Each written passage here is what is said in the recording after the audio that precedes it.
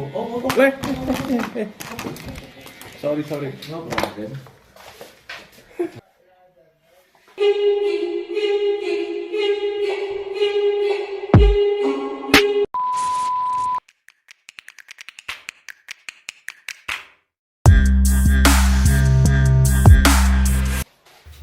Kumusta kayo mga sir? Saan mong sulok ng mundo? Si Yasto, Dobre Denya.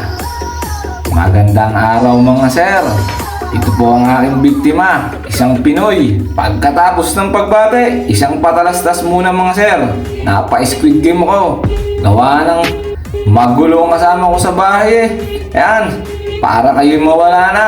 Sasali ko na kayo sa laro. Ayun na nga mga sir, pagkatapos kong ibaba ang aking bag, ginupitan ko na po ang ating kababayang isang Pinoy. Abay, sabi ko sa kasama ko sa bahay, huwag kayong magsilikot, pumirmi lang kayo isang tabi. Dahil ang aking gugupitan ay si General. Ay, kita nyo naman ang pumos at datingan mga sir. Pinoy ho yan sir. Hindi ho yan ibang lahi. Para lang ho may lahi. Tisoy na tisoy naman eh. Batang bata ang itsura. Sabi ko eh, huwag kayong magkakamali diyan.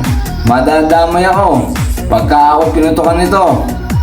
Kaya ho, ang gupit talaga nito ay pininong-pino ko mga sir. Talagang walang kalinya-linya ng bahid ng pagpalit ng clipper. Oh, walang hiya naman si Kaindo ah. Nagpadaan pa rin naman eh. Sabi ko eh, hindi kaya ata natatawag sa Squid Game. Mamaya palalabasin mo si Hawk.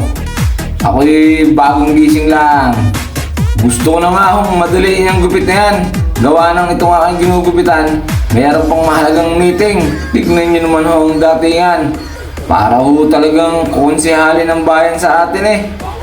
Talaga namang magandang lalaki talaga itong aking customer na to. Ayan, tinitignan nyo na nga yung mga nasa paligid kong kasama sa bahay.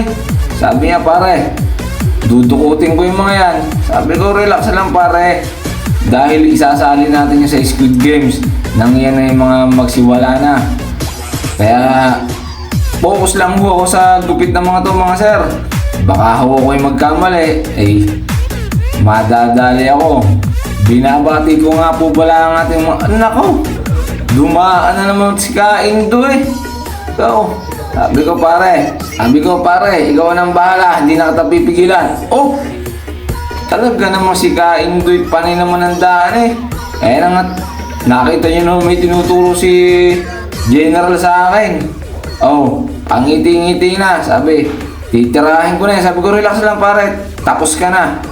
Ayan na, nagwalis na agad ako. Gawa ng mainit ng aking customer. Sukat baga namang harang nga naman talaga sa camera eh.